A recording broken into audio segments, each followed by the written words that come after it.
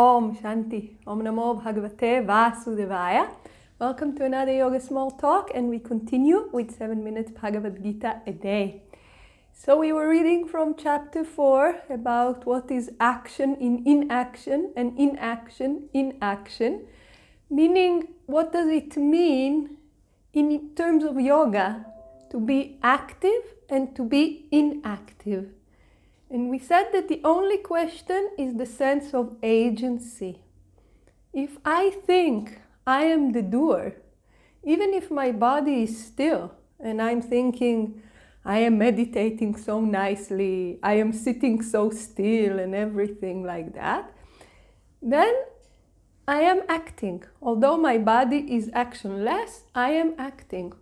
Whereas if I think I am not the doer, it is nature that is doing, then I am inactive no matter what I'm doing. And it's very important in terms of yoga because when a person is active, karma will attach, meaning that there will be fruit of action and we will have to come back to take this fruit, whether it will be enjoyable or not, depending on the action, but we will have to come back to take the fruit.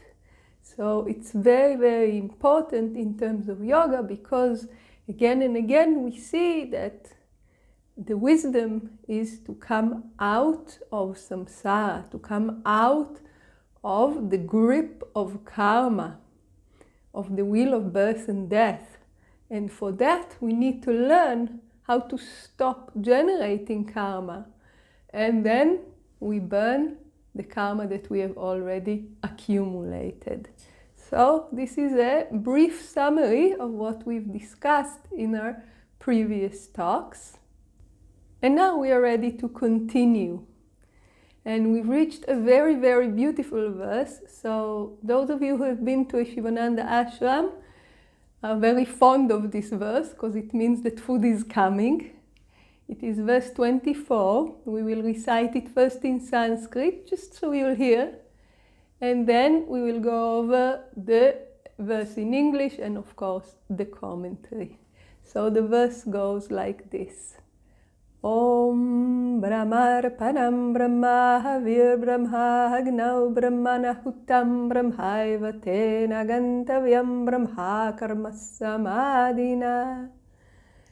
So this is the verse and we chant it before we eat and soon you will understand why. But first, English. 24. Brahman is the oblation.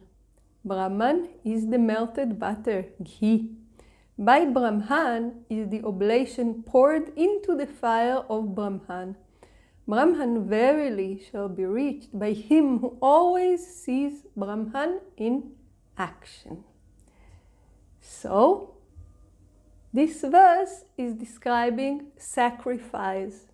You have the pujari, the priest, and the priest lights the sacrificial fire. And into the sacrificial fire, the priest is offering the ghee, the melted butter. It's purified butter. It's considered a very, very pure material and an offering. And he's doing this with this label that he's using to pour the ghee. And of course, for every ritual, there is also the intent. So what we are hoping to get out of the ritual. So like in any action, also in a ritual, we have the doer, in this case the priest, what he is doing, the action, in this case doing the offering, the instruments, what he's doing the action with. In this case we have the fire, we have the ghee, we have this ladle that's used to put the ghee in the fire, and the intention. So why I'm doing this action, what am I hoping to get out of this?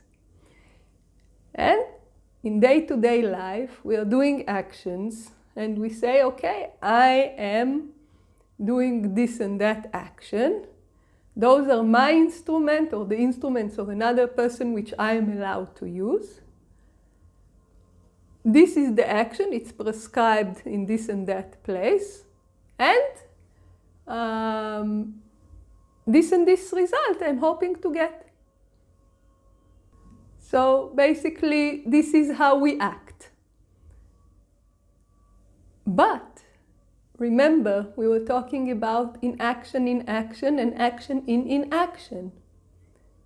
Maybe there is another way to go about it.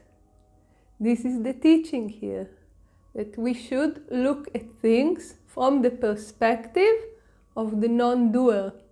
So when the non-doer is doing things, because even the greatest sages were acting in this world.